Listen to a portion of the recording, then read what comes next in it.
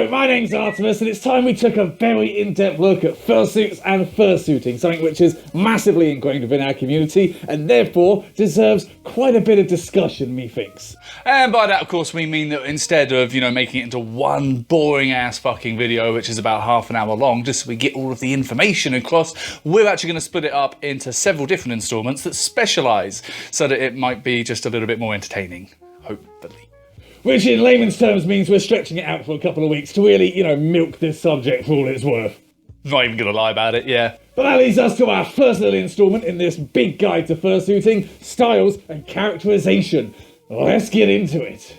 So what exactly do we mean when we say styles and characterization? Well, first off, there are fursuit styles, all the different ways that fursuits are built, like, Toony, kimono, stompy, realistic, all of that kind of stuff. Each of these has a distinct look and a distinct set of traits that are attributed to it because of that look. And it's not a guaranteed thing, it's not 100% consistent all the time. For instance, just because you are a thin, slim, little tiny fox boy doesn't mean you're instantly a fucking twink, but people will make that assumption because of that thing. And then, of course, there is characterization, the various ways you can perform that suit and get across exactly the kind of character you've always wanted to portray. Now, this might feel a little bit in-depth for something that is supposed to just be a hobby, and yes, maybe for you it is. Maybe it is just something that's just a step too far and you just want to turn up and see how you feel. That's fine. That's the way it is for a lot of people, I'm sure. But of course, a lot of us in this fandom do absolutely love making these characters and portraying them, whether it's online or not.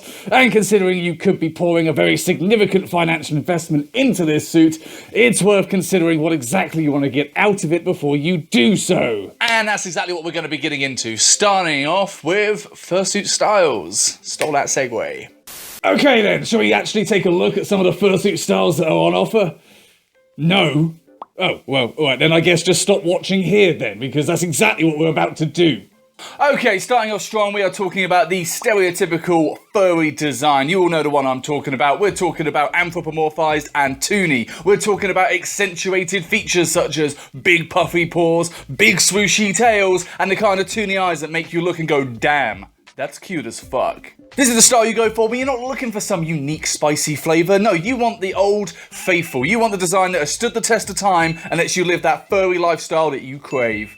Of course, the uniformity of the style means that you're never really going to stand out from the crowd as much as perhaps other styles, especially if you are a colourful dog.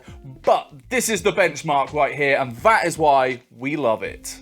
But if that level of cuteness really isn't quite enough for you, then let's bust out the plushy and toony varieties of fursuit to really hammer home that aesthetic of cuteness and adorability. This fursuit style is a little bit like Texas, and not in the sense that it has a dumbass, brain-dead insurrectionist senator, but more in the fact that everything is actually bigger in this style. We're talking about, bigger paws, yeah, we got them. Bigger eyes, we got them. Bigger ears, tails, thick thighs, yeah, we got all of that shit. We got the kind of big, plushy, cute, adorable beans that are just about to become my new favourite pillows, if I'm honest. This is where the true cuties call home. All those who want to be all soft, all fluffy, and all huggable come to become the most comfortable suitors that they could be. Sure, it might end up being a little bit hotter than other types if it's padded a bit more, and it could end up being a bit more of a pain in the ass to pack away and travel, but hell, that's kind of worth it, isn't it? And yeah, maybe realistic fur tone types aren't going to fit in just as well, and resin parts don't gel, but that's really not what this style is about now, is it?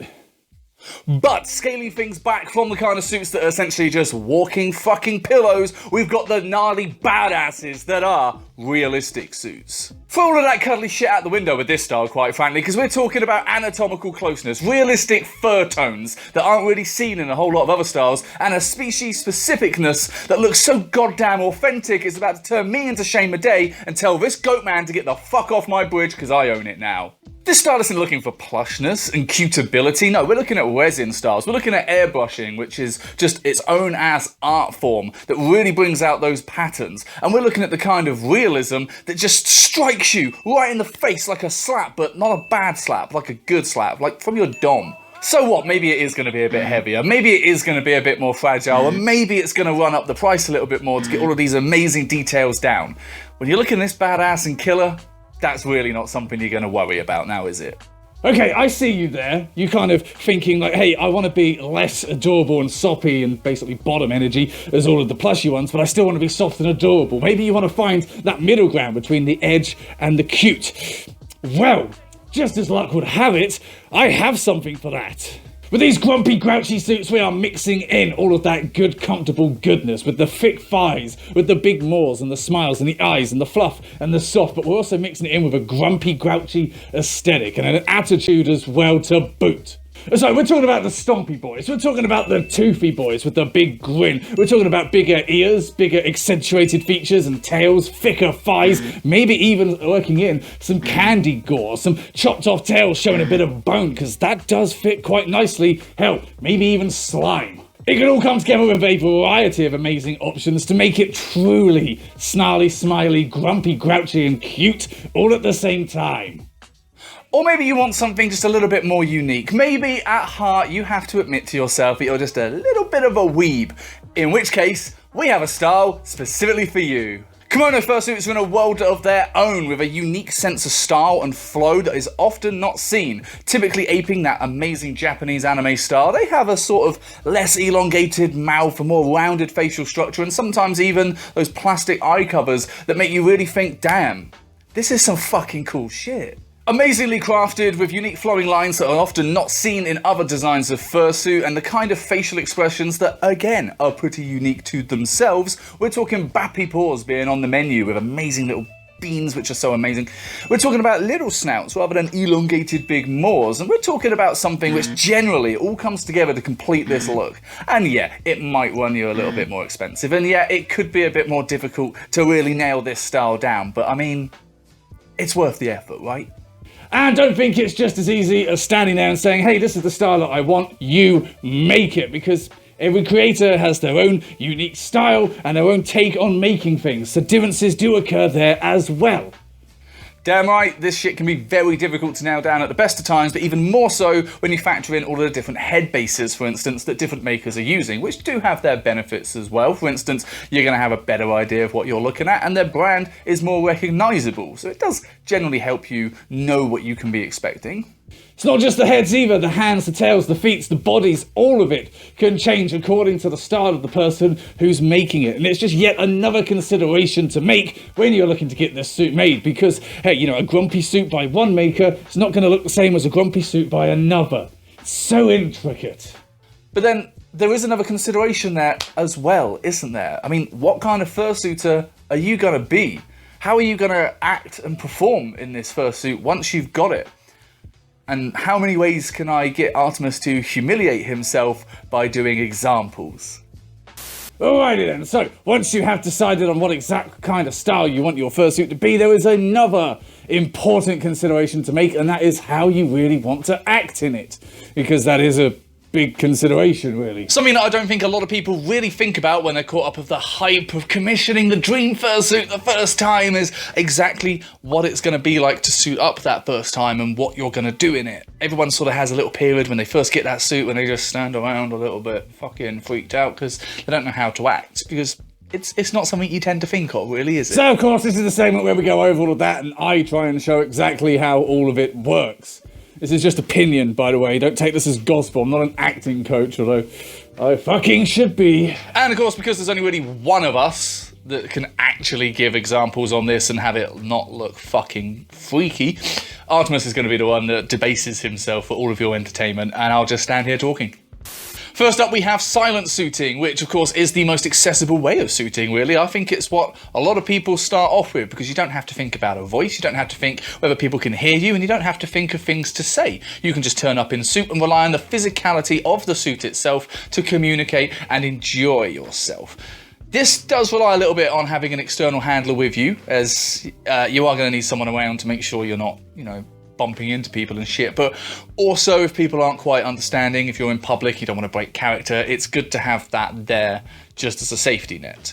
I'm sure we're going to cut to Artemis trying to silence suit, but he never shuts the fuck up, so that's going to be difficult.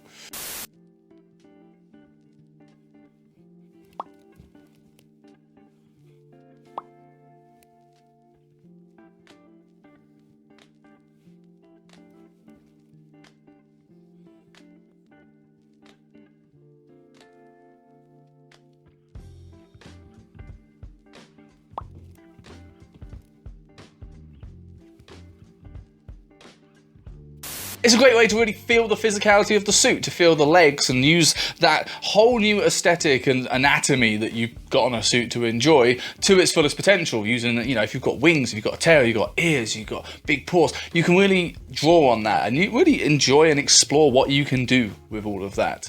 And in terms of the suits, like, I'm gonna just give you my opinion here. In terms of the suit that fits silent suiting the best, any of them. This is the beauty of silent suiting. No suit's going to look stupid just because they're not saying anything. It fits anything. So it doesn't matter what kind of suit you've got and bought, what style, how much of the suit.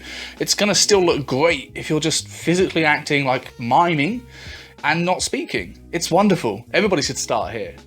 The next step up will be squeaker suiting, which can be the sort of step in between silent suiting and having some sort of vocal range to it, and it can be a sort of improvement if you like silent suiting, you like the miming, the physical aspect, but you want to use some more intonation, because squeaking can really help with gestures, with getting your message across, and it does give you an extra level of communication without having to break character.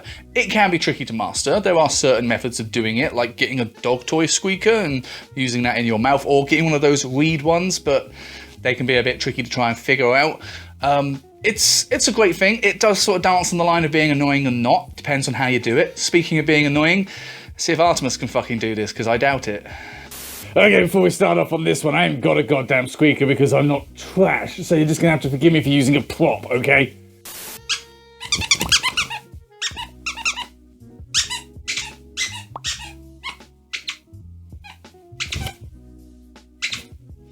I'm just going to stop it there because, God, there's so much more you can do with this. There's a lot of them also use like a reed whistle. The little, you know, those bird whistle things you used to get in town. Like, maybe I'll put a graphic there in case you don't know what I'm on about. Like, that way you can sort of talk through it and you blow air through the top of your mouth and it makes a whistly sound. That's how they do, like, the singing and the stuff. And, you know, that's the kind of specialist shit that I can't really train. Look at my channel. Look at me in general. You think I'm an expert in that exactly? This is a brief overview, okay? Don't judge me for this being a little bit of a brush over. We'll get on to the good stuff in a minute. Wow, he kind of just half-assed that, didn't he?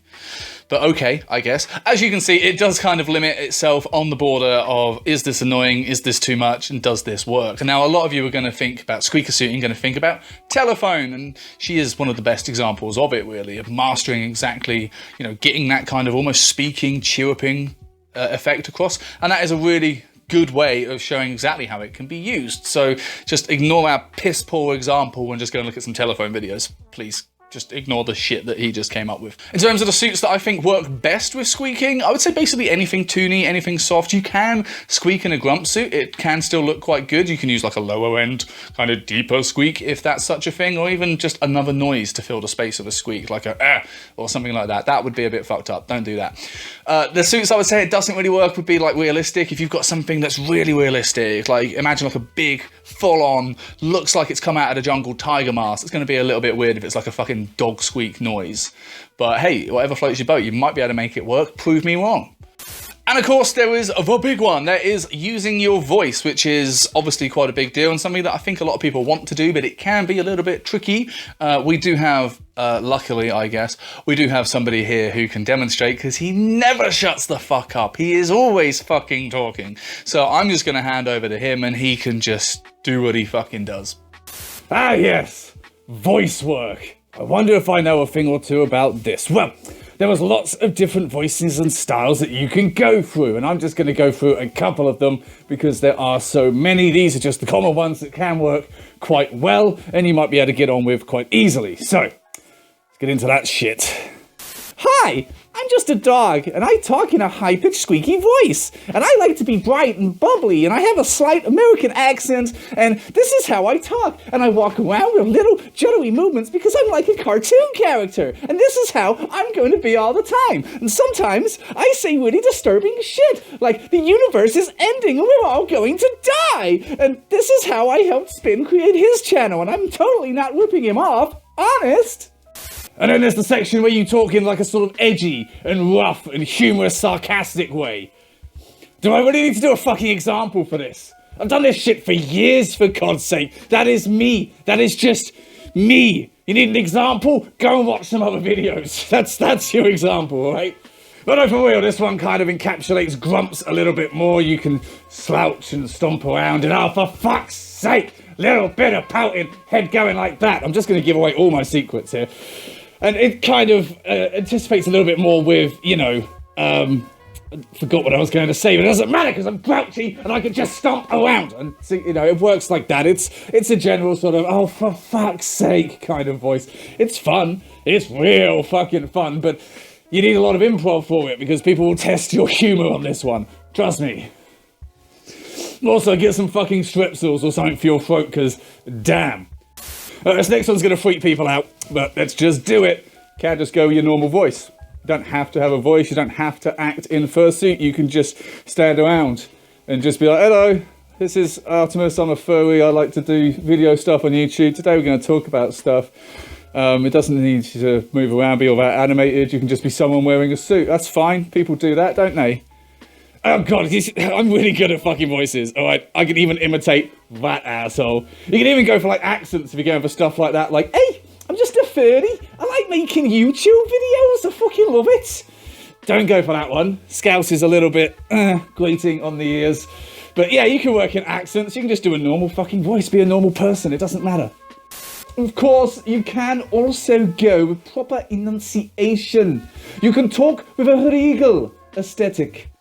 Above all the commoners, the peasants, the riff-raff below us. You don't have to pander for everybody out there. You can enunciate. You can act regal. You can have a crown, a scepter, a group of people to do things for you. Basically, if you've seen Hamilton, you can be the king.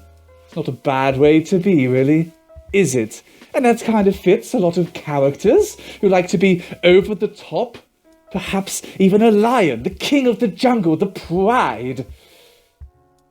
Or maybe not. Maybe you just like talking in a posh way. Maybe it leads you on to another direction. Who knows? Okay, I'm going to try my hardest with this one, but this is going to be fucking difficult.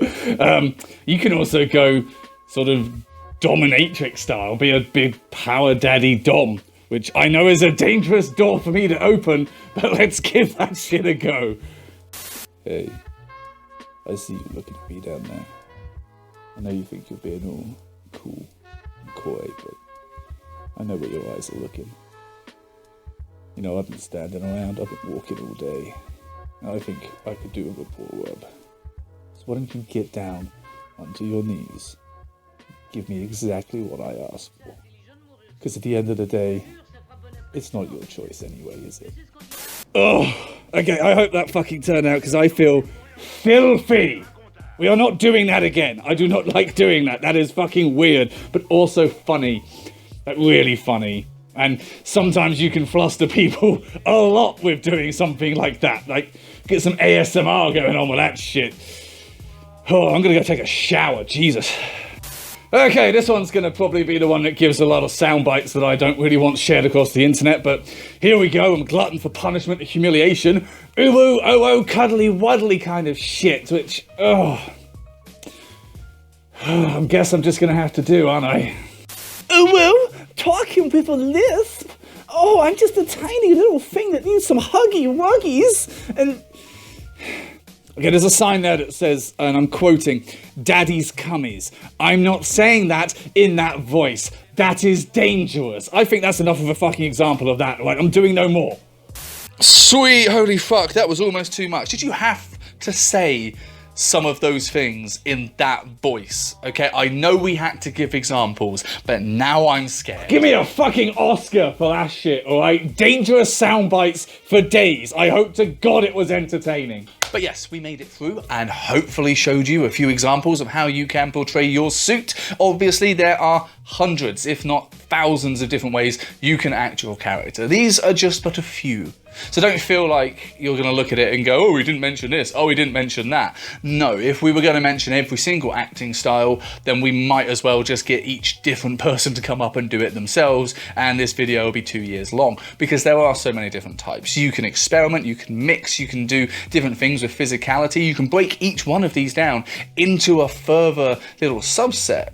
And this video is already going to be long as fuck, so we need to just, you know, crack on, move on, keep it moving. Because, I'm getting bored now. Okay, so there you have it. There is our little first entrance into this big guide about characterization and styles and fursuiting and stuff like that. Hopefully you enjoyed it. Hopefully it made some sense. Hopefully it might have even helped you a little bit if you're thinking about getting a fursuit to decide exactly what kind of suit you're looking for, style-wise, and how you might want to portray it. Now, of course, we're not gospel on this. We're not the only ones that you can really talk to about it. So, you know, just take it as advice, not the truth of the Lord, but yeah, hopefully you enjoyed it and I didn't just undersell it entirely. Which, of course, is only one part of our big series in fursuiting and fursuits in general, which will be coming out in installments over the next couple of weeks with a lot of other little subjects coming as well. And maybe, just maybe next week we'll have another installment coming out. This one could be all about the different builds of fursuit, whether, you know, it's a full suit, half suit, what that means, whether that will help different things, who knows? I mean, it should be, I don't know, it could be basically anything. We could just change our minds halfway through and do something else entirely. Fuck it. Just turn up next week and find out. That's a hook. Just turn up next week and watch it, for fuck's sake, please. Well, yes, thank you again for watching. Thank you so much. We do massively appreciate it. If you would like to, I don't know, maybe have a look at this graphic I'm just putting up on the screen here, that would be amazing. If you would like to act on what that graphic is asking you or advising you to do, that would be even more amazing, because your support means the goddamn motherfucking world to me, everybody. And I generally just hope you enjoy the videos, quite frankly. It's the only reason I really make them, is because I enjoy making them, and you lot seem to enable this habit of mine of making these videos. So as long as that symbiosis keeps working, so will I. But yeah, join us next week for the next installment. Hopefully. Could be anything, really, couldn't it? Hopefully it's a good one. I'll try my hardest.